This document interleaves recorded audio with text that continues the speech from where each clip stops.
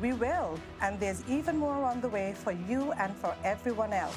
Because giving you more where it matters is what we are all about. We are the cable and proud to be powered by people.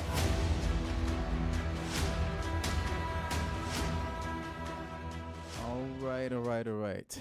Episode 89.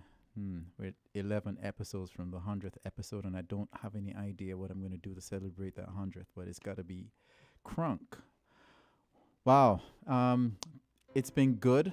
This week was long, but I'm happy to be here. Lots of good energy. I was very spontaneous today, did good for people, and I'm here to bring you guys that goodness. But to start off the show, some sad news in a way that I can find a way to spin into good is, the passing away of two musical stalwarts, and that's Don Mills and Bruce Skerritt, both of whom I had the pleasure of interacting with. And I think my producer is playing music. Every week we play Bruce's music in the background.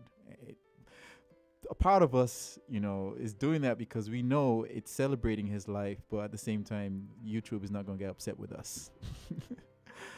But it's good that his legacy continues to live on during this show. And I love his music. I never got to play with him. I almost did, but it just didn't happen, unfortunately. But my daughter played his piano, and he took to her. Their spirits just meshed. He is a sucker for kids, and he'll be missed. And Dawn and him passed on the same day. And I'm like, yo, God, like, you guys got to start jamming right now, because those are two amazing musicians. Dawn loved my instrument, and every time Dawn says, could you come and play, the answer is yes. It wasn't maybe, it wasn't let me see, it's a straight up yes. And I would have shared on Facebook, the last message of appreciation she sent to me when I played during Independence, and she said she nearly shed a tear during that rendition of what I did, which was the Lord's Prayer. And Dawn will be missed. And I am going to be playing at Antioch Baptist Church this Sunday, a tribute to her. I am literally playing the song that we know to be as my tribute. So I'm going to practice tomorrow and Saturday and make sure I don't make any mistakes, because she deserves the best. So those, again, to be honest, good people, and we're here to celebrate their legacies. All right. Now, moving on, we're just going to feature, I went into Alliance Francaise today, and to my awe, they have big solar panels on the roof, big solar controllers in the library, and big batteries. And I asked Marine, the director, I was like, are you guys fully on solar? She says, yes, we are. I was like, we got to have you on the show talking about what y'all are doing, because this is great. I can't wait to be able to do the same. It's expensive, but at the end of the day, Skellig ain't gonna be calling her down for no money. So Maureen is on the phone. We're gonna just have my producer is telling me wait. Almost thought that she was on the phone. He said it slipped him. So while we're waiting for him to get Maureen on the phone, let's talk about Kyle Marshall. Kyle is polarizing, we know, for both good and bad reasons, but right now he's trending for the good things, okay? And to see that he has used his social media power, influence, to raise over $100,000 for Bria Arthurton with her medical expenses is worth talking about. But I'm not going to dive too deep into that, because guess what? Kyle's going to be here next week on the show. We're getting Kyle on the show next week, man. That's going to be epic. Kyle's going to talk more about that. And I just want to say, yo, Mr. Man, you're doing great things. He also donated 55 TVs or some big amount of TVs to some schools when he was here. And I'm like, what? So you guys could abuse him all you want, but at the end of the day, when people doing good things, celebrate them, especially while they're still alive. Kyle, you're doing big things, and next week we're going to dig a lot deeper into what you've done. I see my producer now on the phone. I hope that we have Mary. Oh, she is ringing.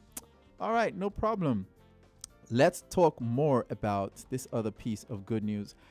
My daughter, when she loses her tooth, always thinks that a tooth fairy is going to come and give her money, which she has actually experienced. But this 6-year-old got more than she wished for. See, a Captain Airline wrote a note to the tooth fairy for the girl who had lost her tooth on a plane. And does that mean that we have Marine on? Oh, Marine is on the phone. So, bonjour, bonsoir, comment m'appelle, je m'appelle, comment t'appelles tu? Oui, oui, oui, oui, oui. Wow, wow, that was amazing. Impressive. I need to come to Good get some evening, French doctor. lessons. So let's talk.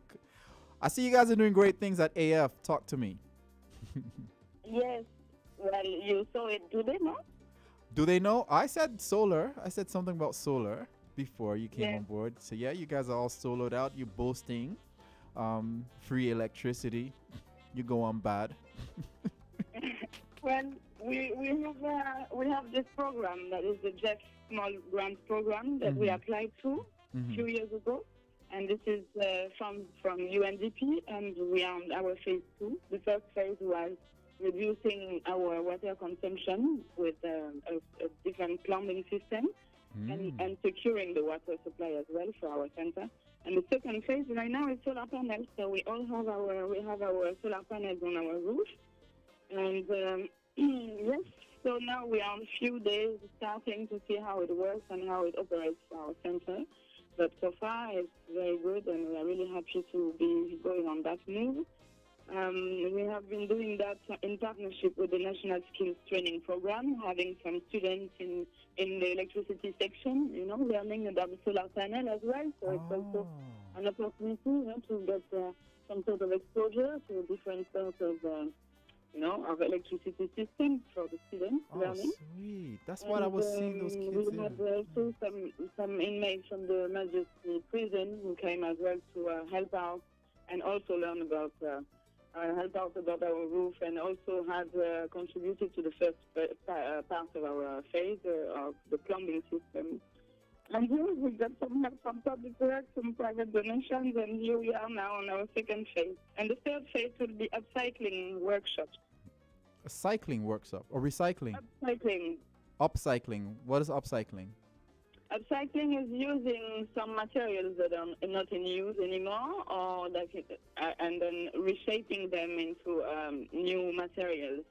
So technically, you will have an organization based in St. Martin that, and you have also carpenters who are doing this too here. But an example of upcycling, for example, is after the Hurricane Maria. For example, in St. Martin, they would have used all of the waste of the wood waste that would have been accumulated from the damages of the hurricane, and they would have using that to create some new furniture.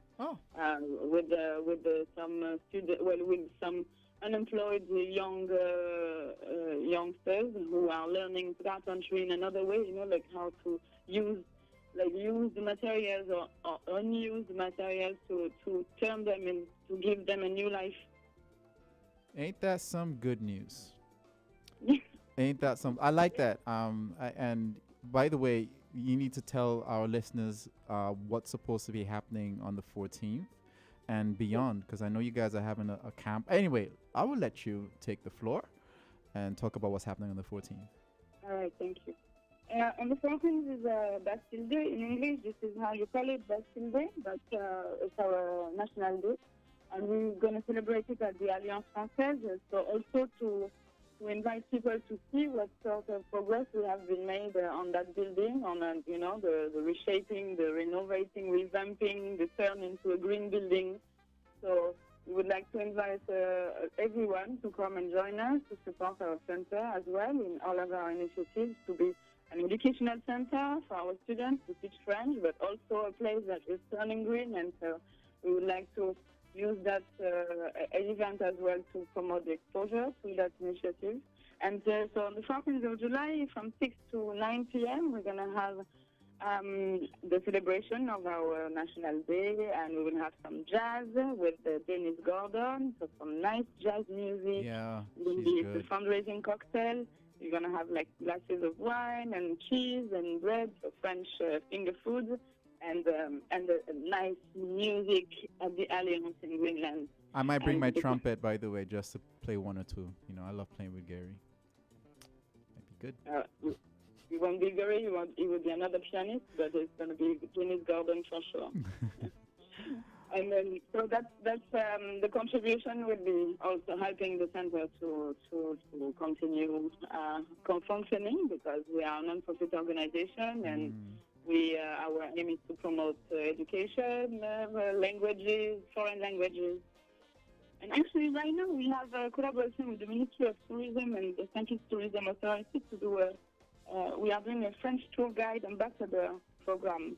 So we are teaching some students, 10 students who have been picked from 10 different high schools of the Federation to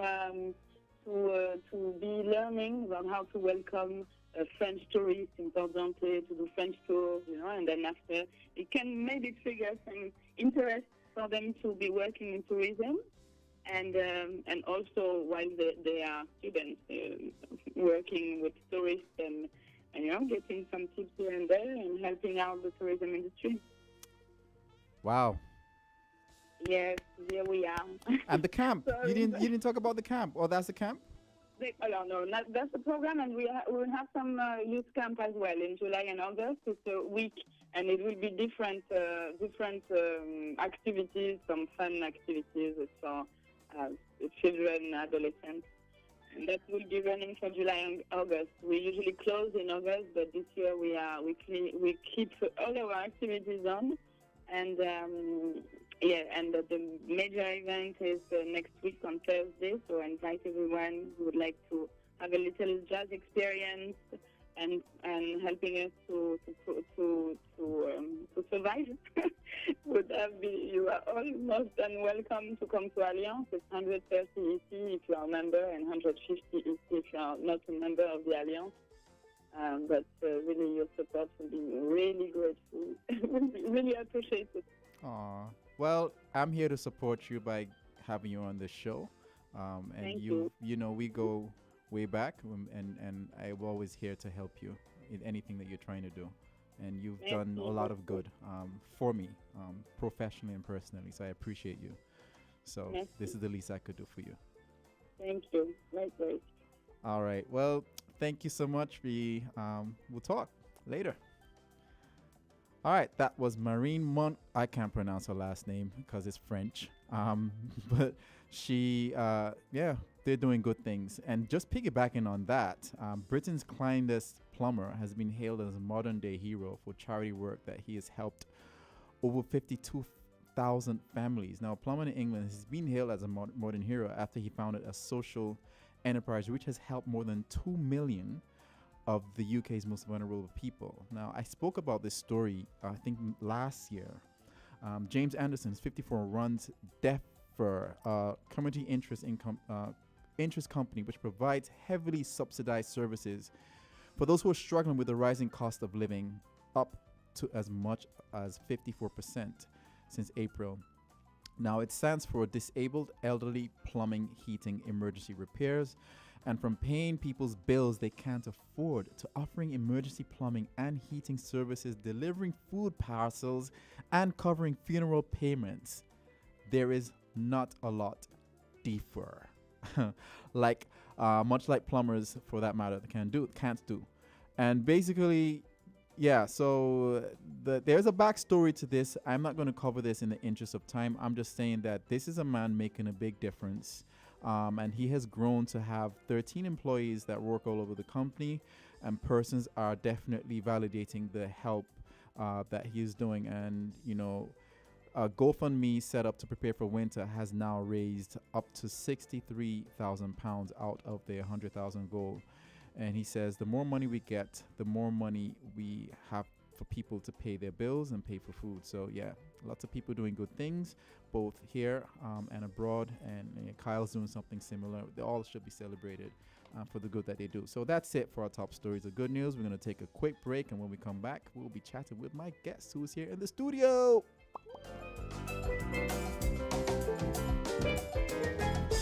Win platinum prizes this month from the cable. June is packed with tons of entertainment, and your platinum loyalty card is perfect for all your purchases. Tap, swipe, or buy online using your cable platinum loyalty MasterCard could qualify you to win a free platinum outfit, plus free tickets to events like Music Festival and White Sands. You design your own unique outfit, and platinum designer El Couture will bring your design to life. Already got your outfit? Perfect. Win tickets to the events when you pay up, sign up, and buy up. Pay your bill, sign up for internet, or make any purchase with your Platinum Loyalty MasterCard, and you could be a lucky winner. Draw date for your free Platinum outfit is June 17, but keep shopping because you have until June 22nd to win tickets to all the events. Platinum prizes are up for grabs. Get more where it matters from the cable. Terms and conditions apply.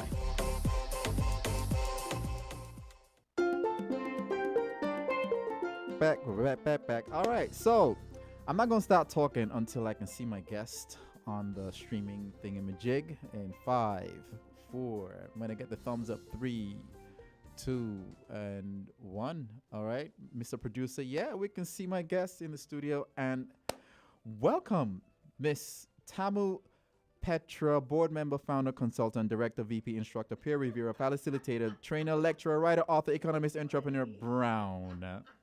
That's your name. That should be your new name. By the way, can we hear her on the studio? Can we hear Miss Brown? So, how you doing? I'm good. I'm glad to be here. I think it's gonna be fun. You think it's gonna be fun? Yeah, man. Yeah, I like your energy. There's something unique about it that I don't get to interact with quite often. So I'm here to also take some of your goodness and spread it. I have a lot to give. You have a lot to give. Yeah. What was the highlight of your week? Can we say? Of course you can say. That's why I asked you. All right. I think the highlight of my week has been working with, I can't say, working with some entrepreneurs. Right. Yeah. Working with some entrepreneurs with the Ministry of Entrepreneurship, Entertainment, and Talent Development.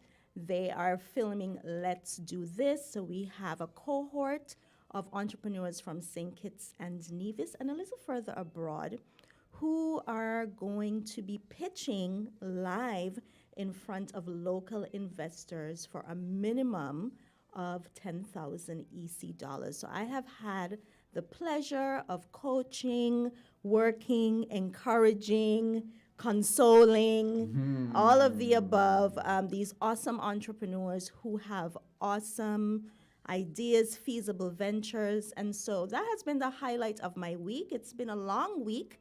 We continue next week.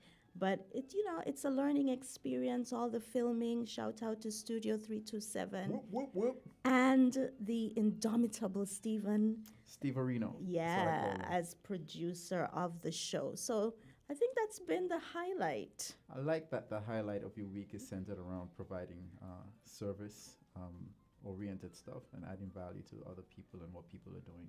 Yeah. People don't know that when you do good, good comes back in the process of doing good. That's what they say. You think it's true? When I'm down and I perform an act of service, my smile starts to come on my face. Seriously. It's like, okay, have you ever had a bad cut or whatever, and somebody now, the doctor or somebody makes somewhere else hurt you, so you stop thinking about that particular area? Okay. It's the same analogy. When you perform an act of service for someone, when you're feeling low, it takes that focus away from what you're feeling. Yes. So you get that gratification. Do you believe in karma? Don't let me take over your show, because I'll do it. I know you'll do it, but I'm here. I'll do it. 40 minutes. I got you. Okay, I got this. Okay. All right. Okay. You're a one alpha who's not gonna take over this show for the next 40 minutes. All right. After this, you can. Okay. All right. All right. There we go. Okay. But yeah, I believe in karma to an extent. But I believe that you have to be intentional with your ways, with your words, with your actions, with your endeavors. At the end of the day, if you start your day without having a plan, it goes awry quickly, doesn't it? And when you start your day having a plan, even if the plan is to understand that I am definitely in a bad place, yes, that's empowering. Yes. So when I'm overwhelmed and I sit down and I put everything in front of me that says, oh my gosh, you're really in a bad state, I actually feel relieved because I know what I mean. I know what You've I'm ripped dealing off the Band-Aid, right. so you know I what's know exactly, coming, right? Right. And then I Okay. can know how to deal with it. And actually note to self, when you finish the show, go back and sit down and write everything because I'm overwhelmed. So, but I want to know though, how did you get those stitches healed from your head so quickly? What stitches? You have shattered so many glass ceilings, or maybe you had Kevlar helmets, but you have shattered ceilings upon ceiling upon ceiling. So you have stitches that have healed that we Healed? can't see. Yeah. Or they just, okay. Maybe You're here. it's the You have here. braids. Oh, ow! It's the here. It's your You know, you're good for the ego. I don't consider myself shattering glass ceilings. I just consider myself doing. Board member, founder, consultant, director, VP, instructor, peer reviewer, facilitator, trainer, lecturer, writer, author, economist, entrepreneur. You can consider yourself doing okay. I think I am the epitome of womanhood, Of course. right? And I think that many women, just like me, wear numerous hats. I do thank you for the compliment. I think that even though I don't consider it shattering glass ceilings, I consider it freedom, and the freedom to not niche. And it's something that I talk about a lot. You know, when we are growing up, everybody always talks about focus. And they feel that focus, you know, having this one, you know, tunnel vision and being the great, you know, doctor or attorney or whatever it is. And they feel like that's the pinnacle and that's what you should do. And I think that it requires a lot of courage to experiment. It requires a lot of courage and self-assurance to decide to try different things and be in different spheres. And, you know, so I'm anti-niche. I am. I think niche has its people, and you know, not being niched has its people, and I'm in the not niched. You're speaking my language, and I know that you know that because you know that I am definitely not niche either. Yeah. But some of what, believe it or not, some of what I am is as a result of who I was when I was little. I was scatterbrained. But you see, that's the, you know, that's the terminology that people give to persons who explore all their gifts.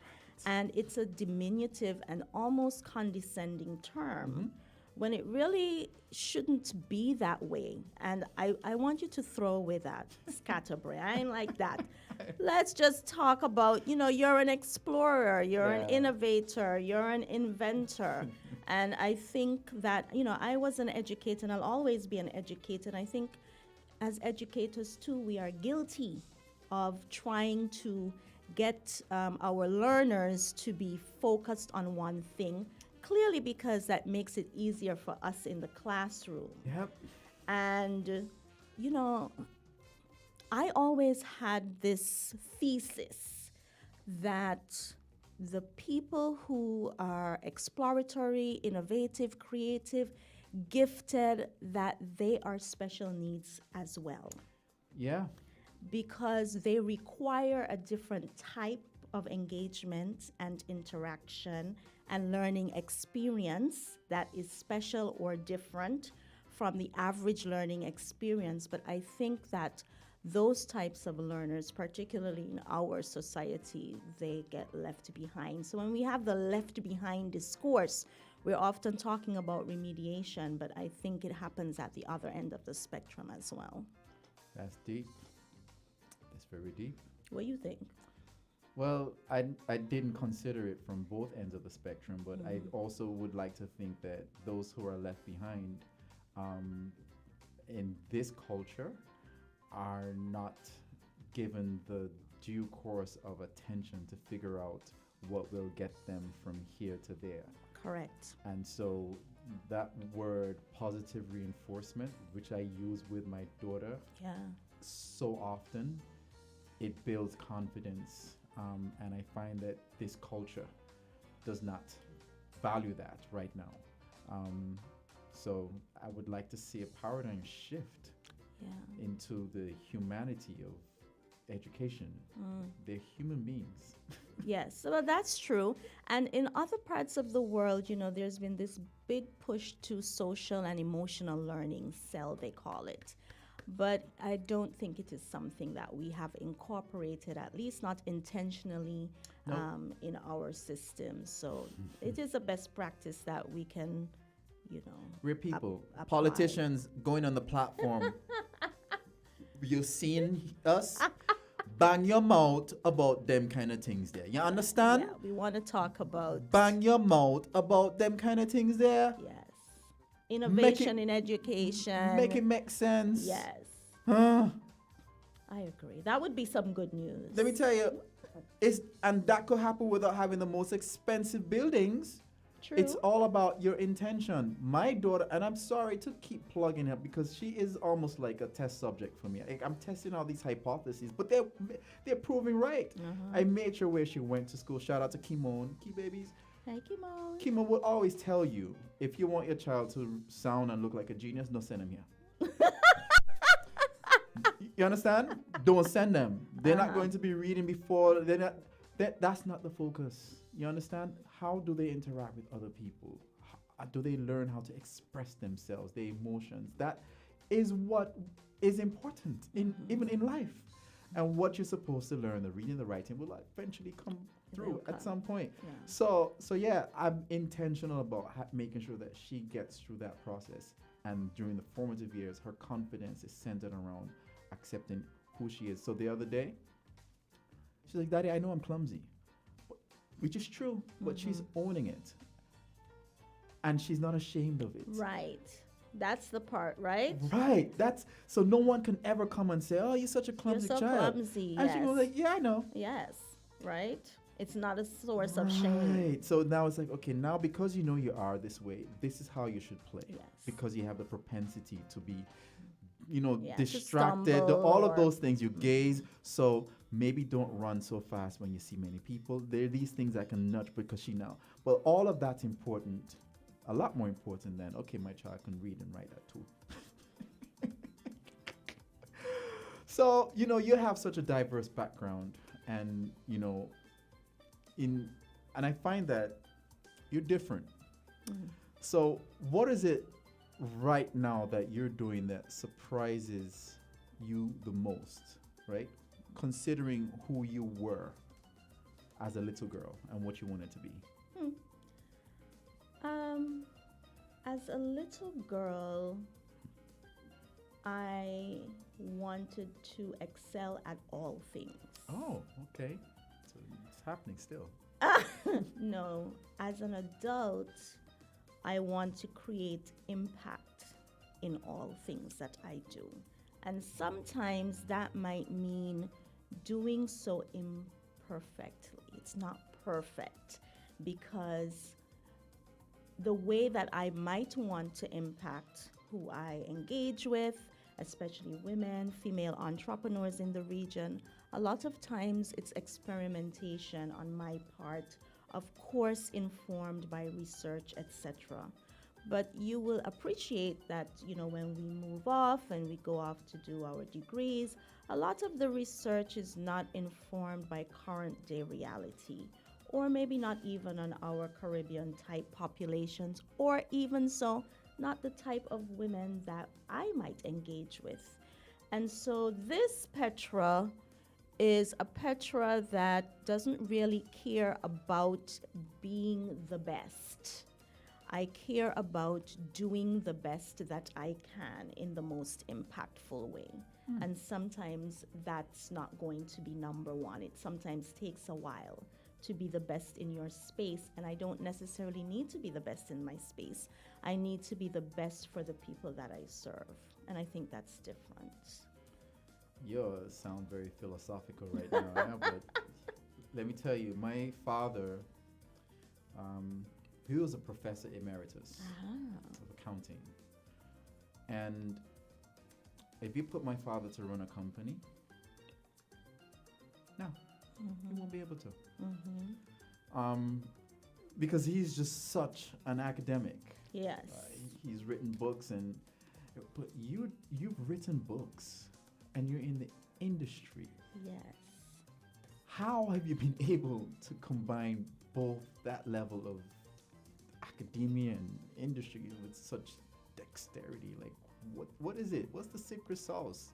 I think being a scholar practitioner, the secret sauce is, I feel the secret sauce really was. Wow. I think if I never was an actual teacher, I wouldn't have been able to do that.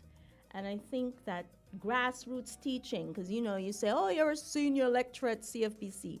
We up there teaching. We were up there teaching, not lecturing as if we are at Yale. No. And you're engaging with all sorts of young people, with all sorts of issues.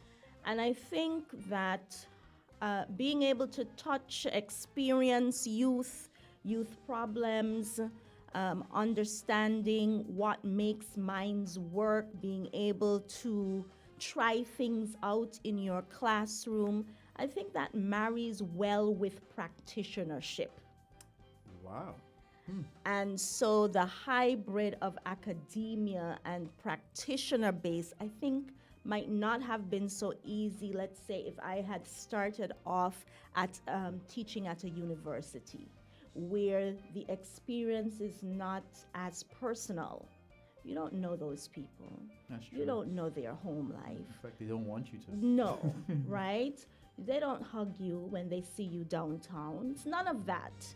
And so that type of, parenting often that you do as a teacher and an educator, I think that allows me to be a practitioner because I understand people. And I always say one of my superpowers is rapport. And I think sometimes academics don't have that rapport. No, they don't. But I love that answer. I don't know if you know that I used to teach at the college too. I think I recall. Yeah, I was teaching from 2008 Yeah. to 2005 to 2008, teaching Okay. engineering, science, programming, and math. Did you love it? Oh, I loved. I was at Tech Block.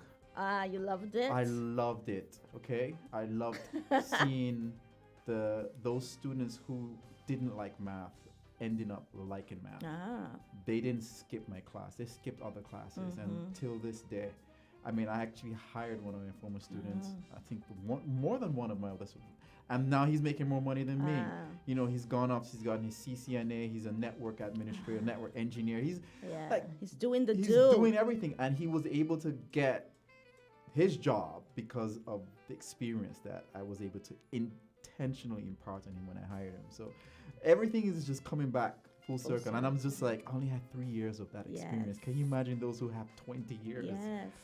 So I do want to go back in the classroom at some point.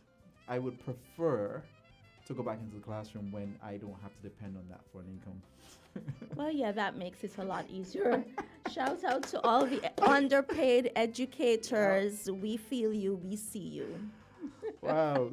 So, when you was growing up, what was fun for you? Were you outdoorsy or you were booksy? I was both. Oh. Yeah, but outdoorsy, not like sports and thing, eh? But remember, I'm not as young as I look.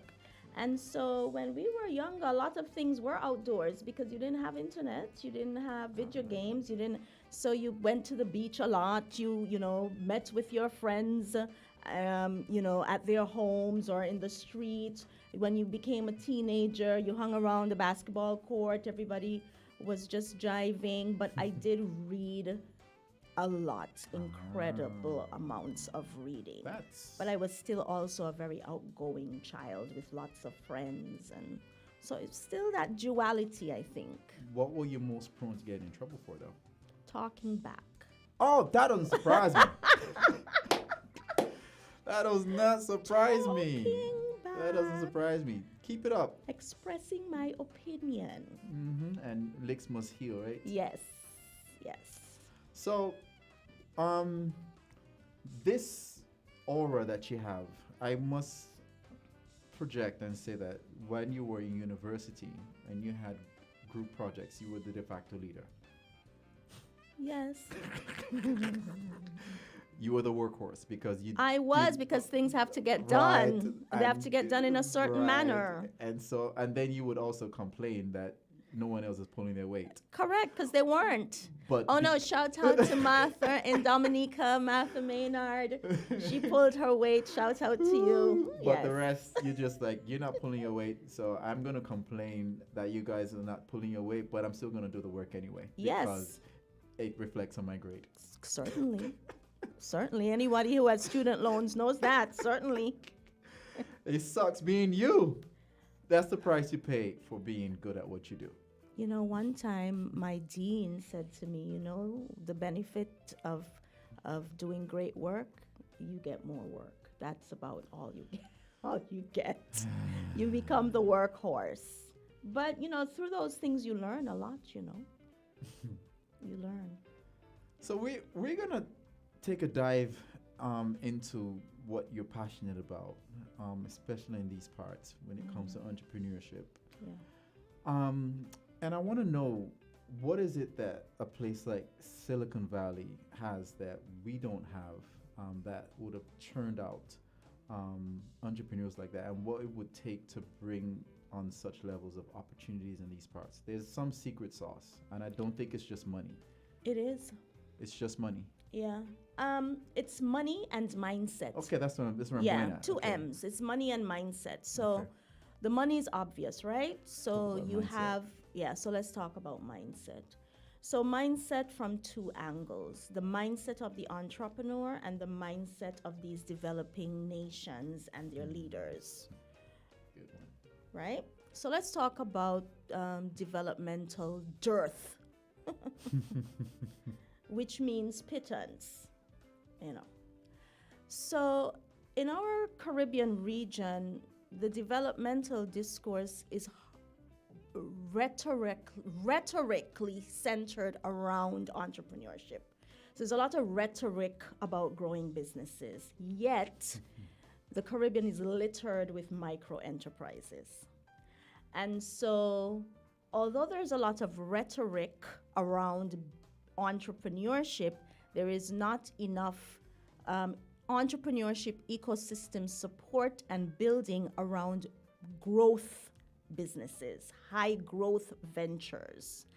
And a lot of that will be difficult because we have to link that to education as well.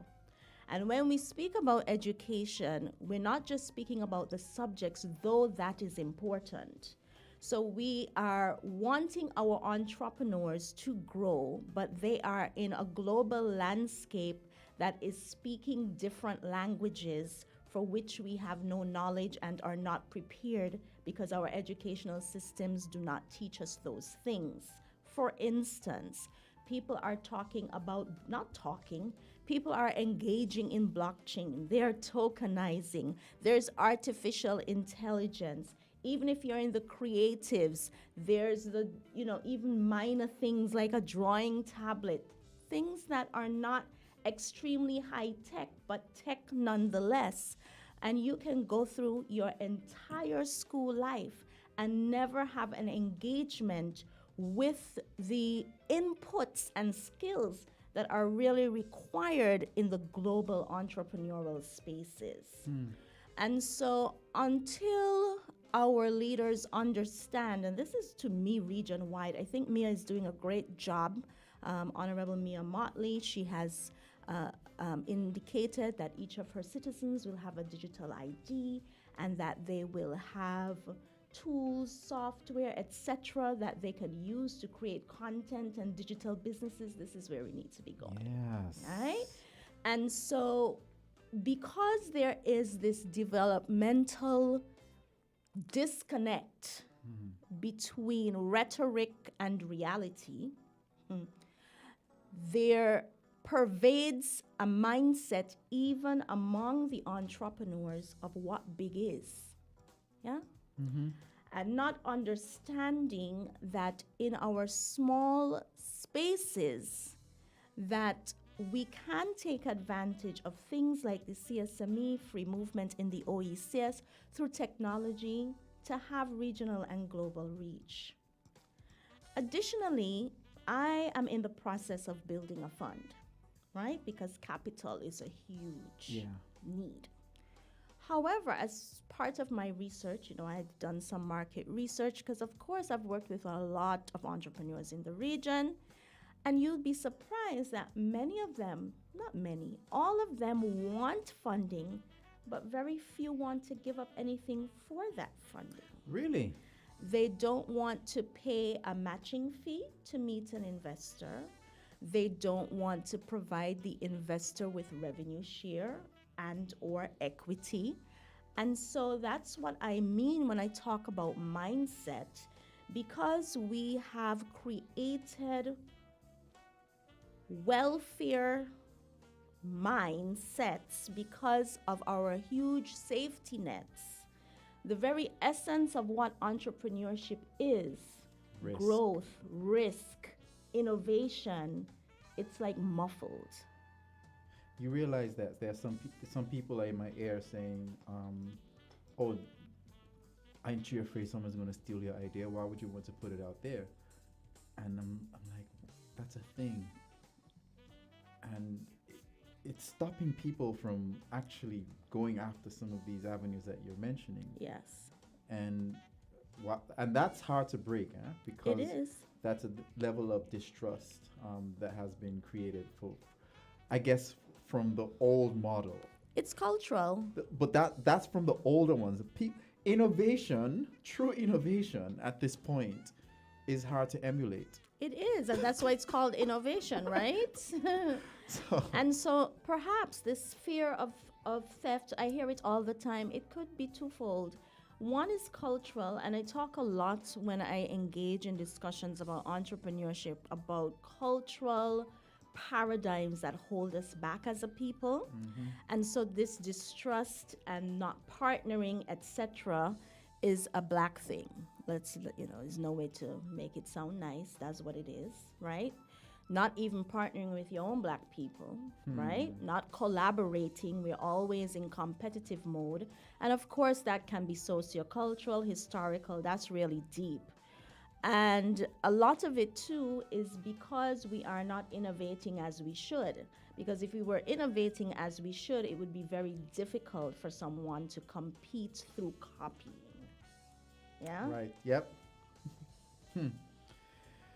So, what do you feel you can do right now, which you've mentioned with the fund, but how can you leverage your influence to have a bigger imprint on governments such as the one here in St. Kitts? I think speaking up more and positioning myself in the spaces where I believe my expertise and my particular point of view would be welcomed. I say this all the time. I learned this from Alex Strawn of JAD. He's always saying, go with the coalition of the willing. And so I think perhaps I need to align myself with the coalition of the willing, who are willing to hear my perspective, the people and ministries or whomever is in position to make decisions, those people who are willing to do things differently and understand that not everyone is a monolith. And actually, I'm kind of transitioning as I speak, because now I've gotten interested in the academia comes back. What is it about us as a people that have created, what has created this kind of developmental rut that we are in? And as entrepreneurs, what is it in our historical context that has created this competitive space, despite the fact that other people of African ethnicity, they're growing. If you look at Africa's entrepreneurship space, their ecosystem, Yep. I mean, it is to be envied. So they're black, we're black, so what's the problem? Google came, Facebook came, they put certain things there too. I think if Google or Facebook put some money down here, You think? I think people would still be saying, I don't trust them. I Hey, don't want to get I won't my say that. idea. Camera one. I don't want to do this. I would say that. I say bring it on. So I think that that is the majority mindset. And so I'm really interested as to the origins of that. That's a PhD. It is. Because the thing is, if you don't understand the origin, how are you going to fix it? Ooh. And so that's so I've been asking all my friends, and hello, if you go on my personal Facebook page or my business page, if you're not friends with me, send me some texts, names of books, things that I can read that can help me in my research. So I've been collecting those from my friends. Let me piggyback on that because I do want to get a PhD, but not for the same reasons that people want to. I just think the name Dr. Inanga sounds great. It sounds good. That's it. Yeah. That's it. Nothing else. You can charge more too. That too. But I am seriously considering, when I have time and resources, finding out if there is a reason. See how human beings are so complicated when it comes to communication. Yeah. Did those biases influence the way we make the machines communicate with each other? Yeah. Because it's unnecessarily complicated. Yeah. The interoperability standards that exist, the whole works, everything. Everybody wants to do things. Okay, Yes. Cisco's going to do it this way. Yeah. Juniper's going to do. Guys, you're saying the same thing. Yes. What's going on? Yeah. There's these standards that need to be met. Why do you?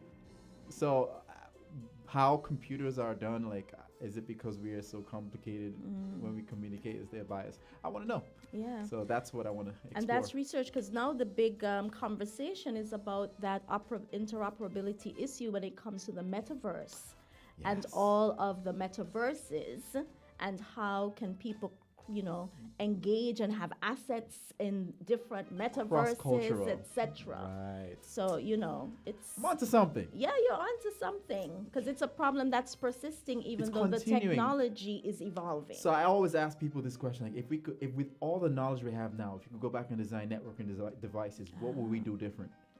I like that. What would that device look like? Yeah. Because the whole IP address space was not designed for people. No. The whole concept Like of bots. internetworking was not designed for people. Yeah. So now we go back and like, okay, yeah, this is not necessary. Yeah. So anyway, let's go into the next segment. New segment called "If I Was a PM, This Is What I Would Do." Oh, Lord, right. this rough. This. All right, if I was a PM, this is what I would do. All right, number one, if I was a PM, first person, this is what I would do for one, single working mothers. For single working mothers, I would have flex time. I would have hybrid work environments. I would mandate that all private institutions must have childcare available. And obviously, I would leverage my public education systems to have that after school care. Of course, incentivizing our low paid educators so that they can provide that after school. Vote for Petra. A vote for Tamil is a vote for innovation. I love that. Hey, all you people on the platform, listen to these They things. can steal They it. make sense. Still, this is not proprietary. It's going to benefit everybody. Lord of mercy, not them kind of things I just bang your mouth about. All right, number two, if I was PM, this is what I would do. Two, diversifying the economy beyond tourism using technology. I would provide everyone in my state with free internet access as a public good. Ooh. I would provide multiple devices per household. I would have think tanks, talk tanks on the corner, tanks, conversation about how we could move forward. I would also engage in exchanges, because sometimes people need to travel to know what's out there or to stimulate ideas. And I would move hastily and speedily into marijuana, not just medical marijuana, but all things marijuana and hemp. That would be where I would go. Wow. Vote for Tamil. Like, Trent, vote him for vote me. for Tamil. You remind me of Andrew Young, by the way. I don't know you. Yeah, I know him, yeah. From New I would York. have voted for him Yeah, right? anytime. Wasn't he Like good? what? But he made sense, and that's why no one voted for him. All right, number 3. If I was a PM, this is what I would do for leveraging advancements in technology to reduce crime.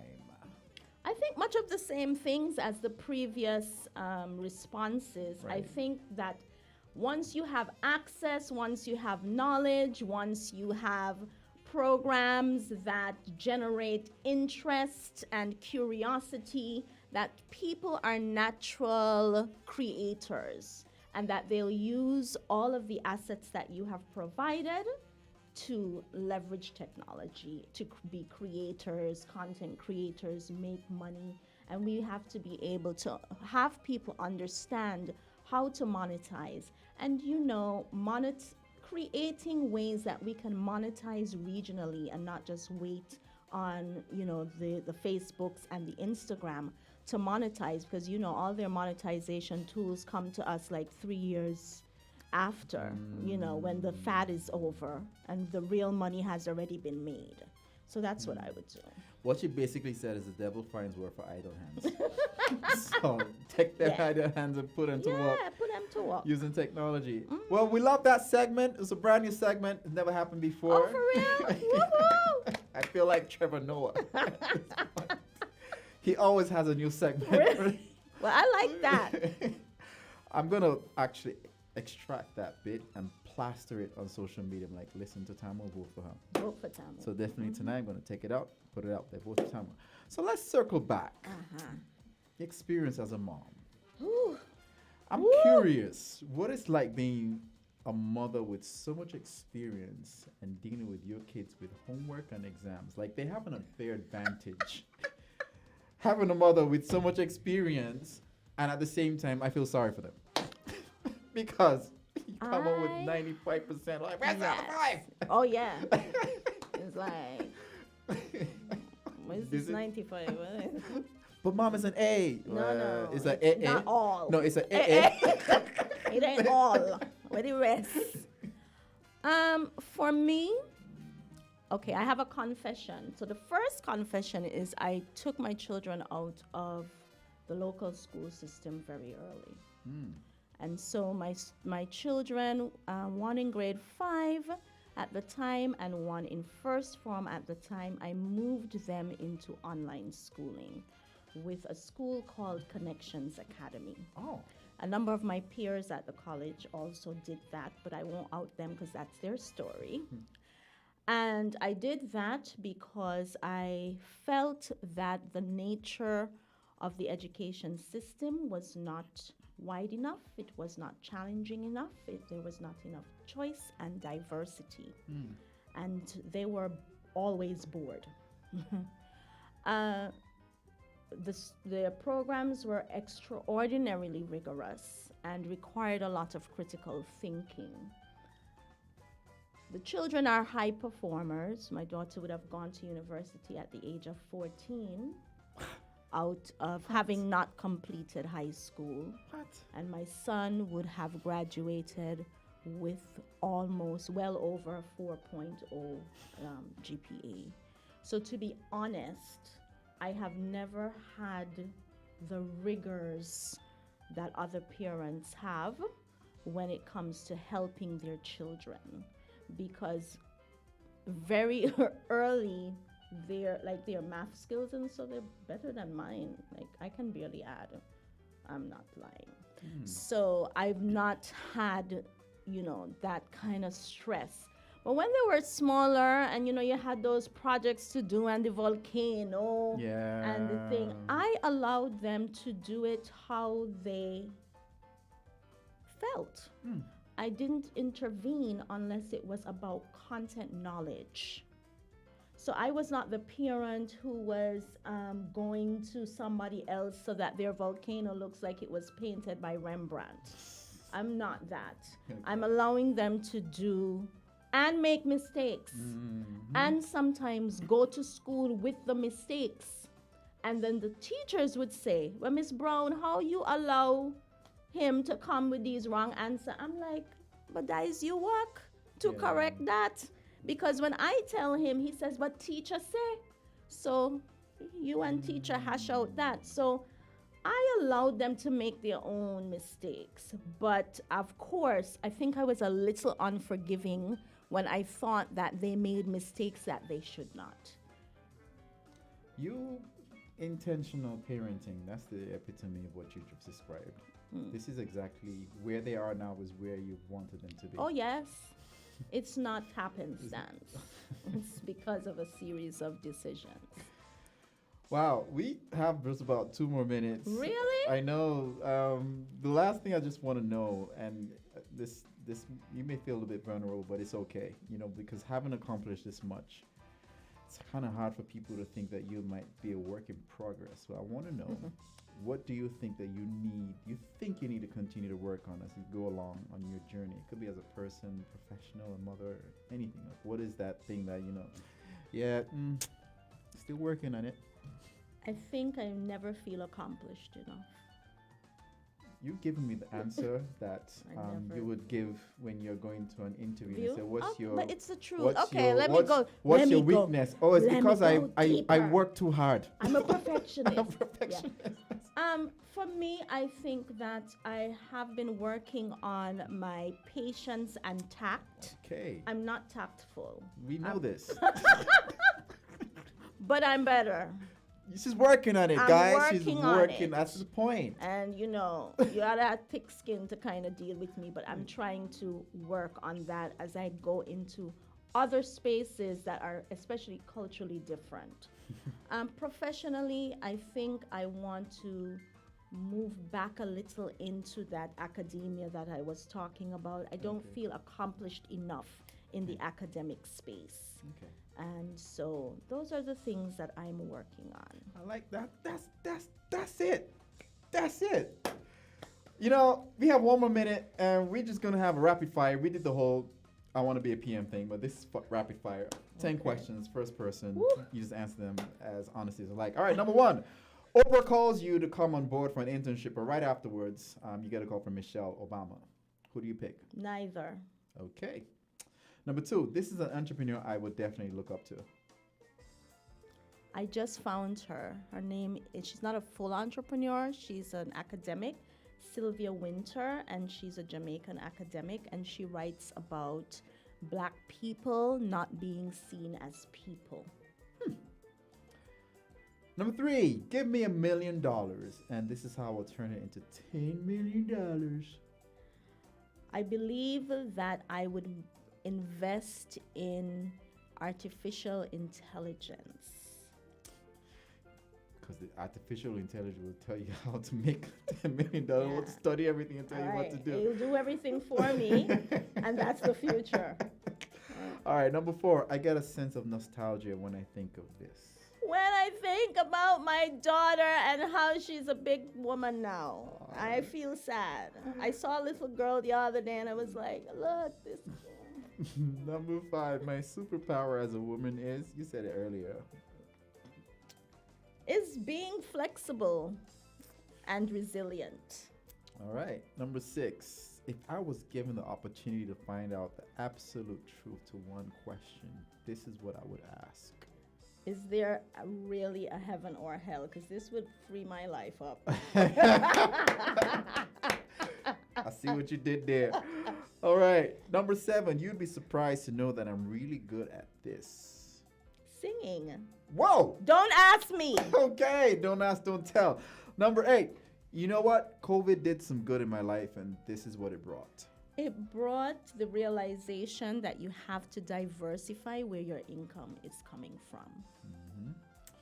Number 9, for a peace offering, feed this to me and we'll be good. Olives. What? Yes, the green ones, not the black ones, people. All them taste terrible. Lovely. More for you. And number 10, best part about being on the show is... It was so much fun. Woo! We brought the good energy, people. We did it. Tamil is a trip, but that's why I wanted her on the show. And lots of good energy. Thank you. You're amazing. Thank Thank you. I want to Bye, be like everybody. you when I grew up, you know. I remember all you people on the platform then listen to Tamu, okay? And if you want a campaign person who could tell you what to say, talk to Tamu. If you want somebody to write the speech to say the things that you know you're supposed to say, talk to Tamu.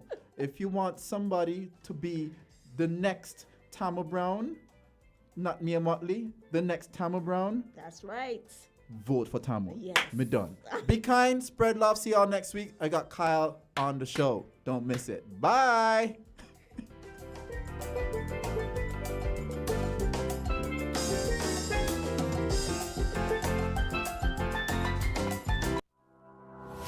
At the Cable, we believe our customers should access the things they love from almost anywhere. So we weren't surprised when we heard people raving about our island-wide free Wi-Fi, like Lance from Connery Village. Yo, the Cable, how are you? So good. Free Wi-Fi all over the place. I love it. Keep it coming. We will, and there's even more on the way for you and for everyone else, because giving you more where it matters is what we are all about. We are the Cable and proud to be powered by people.